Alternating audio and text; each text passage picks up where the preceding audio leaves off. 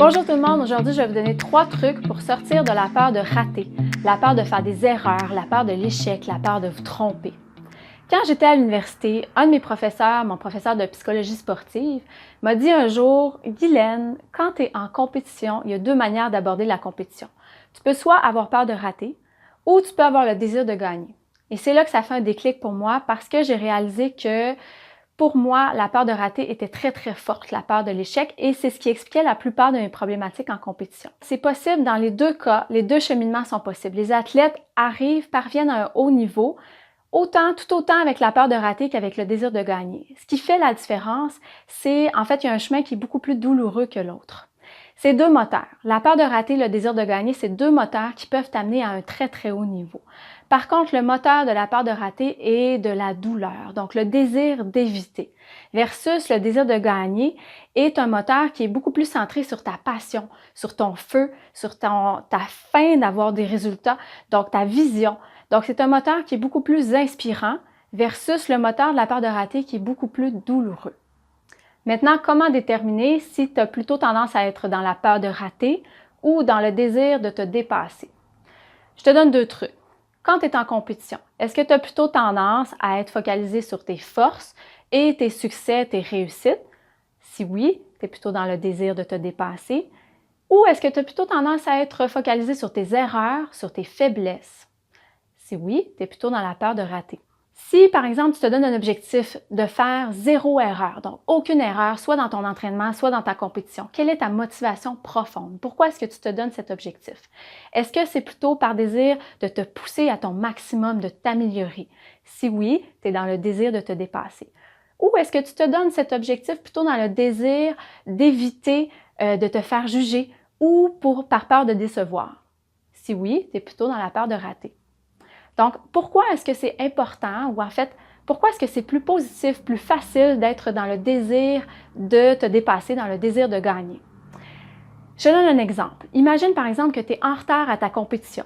Donc, ta compétition est dans 1 heure. En fait, tu dois arriver dans 1 heure, tu embarques dans ta voiture, tu es en retard.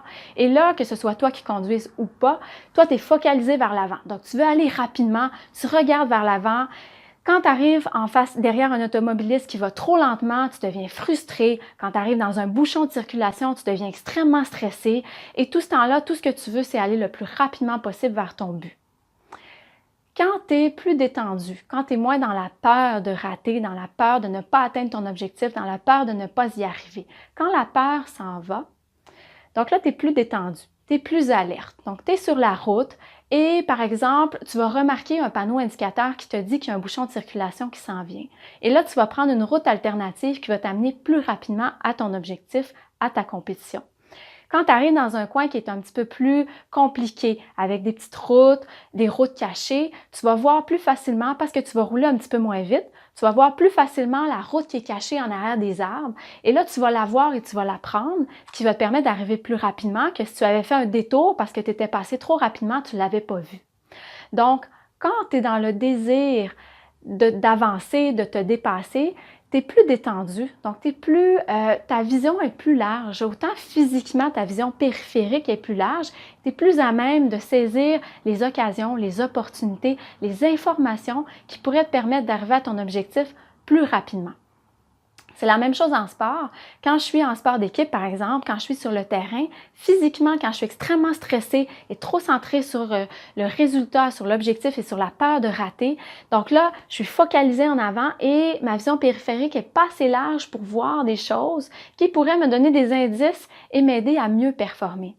En sport individuel, souvent, ça va se faire au niveau de l'esprit, c'est-à-dire qu'à l'intérieur de moi, si mon mental est extrêmement focalisé sur ma peur, je vais être moins alerte pour toutes les idées qui pourraient entrer dans ma tête et me permettre d'avancer plus rapidement vers mon objectif. Maintenant, quels sont les 3 trucs pour sortir de la peur de rater? Le premier truc, c'est très simple, c'est de changer ton vocabulaire. Si moi, je te dis demain, en compétition, tu vas rencontrer des défis et des opportunités. Comment est-ce que tu te sens? Probablement que tu te sens énergisé, tu vas te sentir excité, tu as hâte à demain, donc tu as envie d'y être. Si par contre, je te dis demain en compétition, tu vas rencontrer des obstacles, tu vas faire des erreurs, tu vas vivre des échecs. Comment est-ce que tu te sens? peut-être un peu abattu, un peu stressé, tu dois avoir de la peur, peut-être un peu moins motivé aussi pour te rendre à ta compétition. Donc, chaque mot que tu utilises a un impact sur tes émotions, te fait vivre une émotion. Donc, c'est très important. Puis là, c'est les mots que moi, je te dis en ce moment. Mais toi, tous les mots que tu te dis dans ta tête, c'est la même chose. Donc, tu peux t'entraîner. Tu peux commencer à changer ton vocabulaire. La veille de ta compétition, te dire régulièrement, demain, je vais relever des opportunités, je vais relever des défis, je vais saisir des opportunités. Le matin de ta compétition, même chose, je vais relever des défis, je vais saisir des opportunités. Et même pendant ta compétition, tu rencontres un obstacle, une difficulté, c'est un défi. Je suis capable de le relever. C'est une opportunité d'avancer, de me pousser, de m'améliorer. Le deuxième truc, c'est de prendre conscience que la route vers le sommet n'est jamais une ligne droite. La route vers le sommet n'est jamais une ligne droite. Qu'est-ce que ça veut dire? Imagine que tu t'en vas en randonnée, que tu t'en vas dans une montagne et que tu veux grimper jusqu'au sommet. Bien, tu vas prendre un sentier qui va avoir des détours. Des fois, tu vas rencontrer des obstacles. Tu vas rencontrer, par exemple, peut-être un tronc d'arbre que tu vas peut-être devoir contourner. Tu vas rencontrer des rochers, des falaises. Tu vas monter des côtes, mais tu vas aussi redescendre pour remonter ensuite. Mais chaque fois, tu es encore sur le sentier. Et ce sentier-là t'amène vers le sommet. Donc, tu es toujours en route vers ton sommet, peu importe ce que tu fais. Même si tu redescends la côte, tu es encore en route vers le sommet. Même si tu fais un détour, tu es encore en route vers le sommet. Donc, chaque pas, chaque obstacle franchi t'amène plus près du sommet. C'est la même chose en sport. Le sport, c'est comme la randonnée vers le sommet de la montagne. Chaque fois que tu rencontres un obstacle, chaque fois que tu avances, chaque fois que tu fais un pas, c'est un pas de plus vers ton objectif. Donc, tu es toujours plus près de ton objectif, tu ne fais que t'en rapprocher. Souvent, on a l'impression de reculer, souvent, on a l'impression qu'on est en train de s'en aller dans la mauvaise direction, mais il y a des détours. Ce n'est pas une ligne droite. Il y a toujours des détours, mais on va quand même arriver à notre objectif à chaque fois. C'est le fait de perdre confiance en le fait qu'on est sur la bonne voie qui souvent nous fait nous détourner de notre objectif, qui souvent fait qu'on ne l'atteint pas. Mais si on ne se décourage pas, si on avance toujours et si on est absolument convaincu qu'on est en route vers notre objectif, on va l'atteindre. Peu importe si le chemin est sinueux, peu importe s'il y a des obstacles, peu importe si on doit redescendre pour remonter, on va être toujours en route.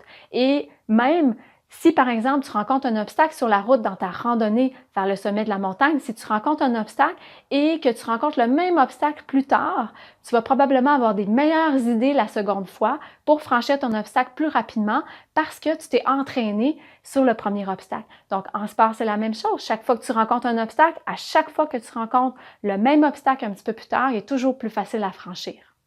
Mon troisième truc, c'est de pratiquer le cycle de l'obstacle avec la mentalité du désir de dépassement de soi. Qu'est-ce que ça veut dire? Le cycle de l'obstacle, c'est quand tu n'atteins pas ton objectif de résultat. Donc, à quoi ça ressemble le cycle de l'obstacle dans la mentalité de la peur de rater? Premièrement, je pense à mon objectif de résultat, je veux me qualifier pour les championnats provinciaux. Et là, je suis dans la peur de rater, donc je me sens stressée, je me sens nerveuse, j'ai peur de ne pas y arriver. Et boum, je n'atteins pas mon objectif. Comment je me sens? Je me sens embarrassée, je me sens peut-être humiliée, ma confiance diminue et par rapport aux autres, je me dis que les autres vont me juger, je vais décevoir les autres et ils vont penser que je suis pas bonne, donc que je n'ai pas de talent. Et une fois que je suis passée à travers toutes ces émotions-là, je décide de me redonner des objectifs et je me dis, il faut absolument que j'atteigne mes objectifs cette fois-ci parce que sinon c'est la honte. Donc ça, c'est le cycle de l'obstacle dans la peur de rater. À quoi ça ressemble maintenant le cycle de l'obstacle dans le désir de me dépasser? Premièrement, je pense à mon objectif de résultat qui est de me qualifier pour les championnats provinciaux. Et comment je me sens? Bien, je me sens excitée, j'ai hâte de relever le défi, j'ai hâte de saisir les opportunités et boum, je n'atteins pas mon objectif. Comment je me sens? Bien, c'est sûr que je me sens déçue, je me sens un peu mécontente, mais je vais prendre le temps de faire une analyse, de faire un bilan et de déterminer qu'est-ce qui n'a pas fonctionné et d'en tirer les bonnes leçons pour m'améliorer.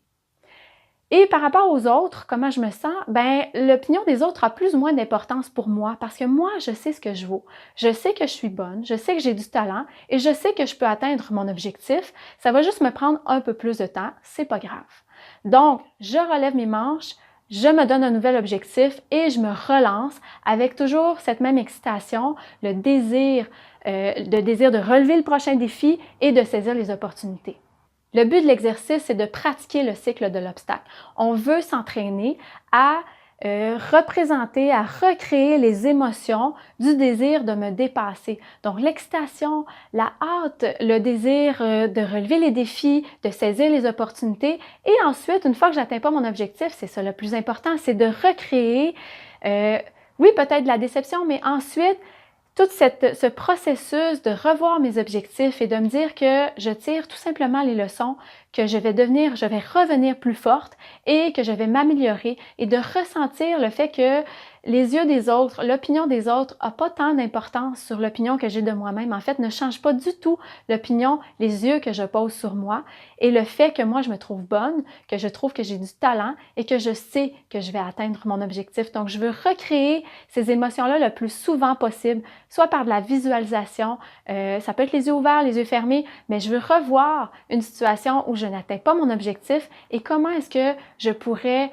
tirer la leçon, me sentir zen avec tout ça, sentir une certaine sérénité, me sentir bien avec le regard des autres et voir ça comme un tremplin, voir ça comme une opportunité de m'améliorer. Donc, plus je recrée la visualisation, plus je recrée les émotions, plus ça devient facile avec le temps de me connecter à ces émotions-là pour les ramener à l'intérieur de moi le plus rapidement possible dans les situations difficiles. Alors, j'espère que mes trucs pourront t'aider à sortir de la peur de rater. Si tu veux d'autres trucs, des conseils pour entrer dans la zone, pour trouver ton état de flow, tu peux télécharger mon e-book gratuit qui est dans la description. Clique sur le lien.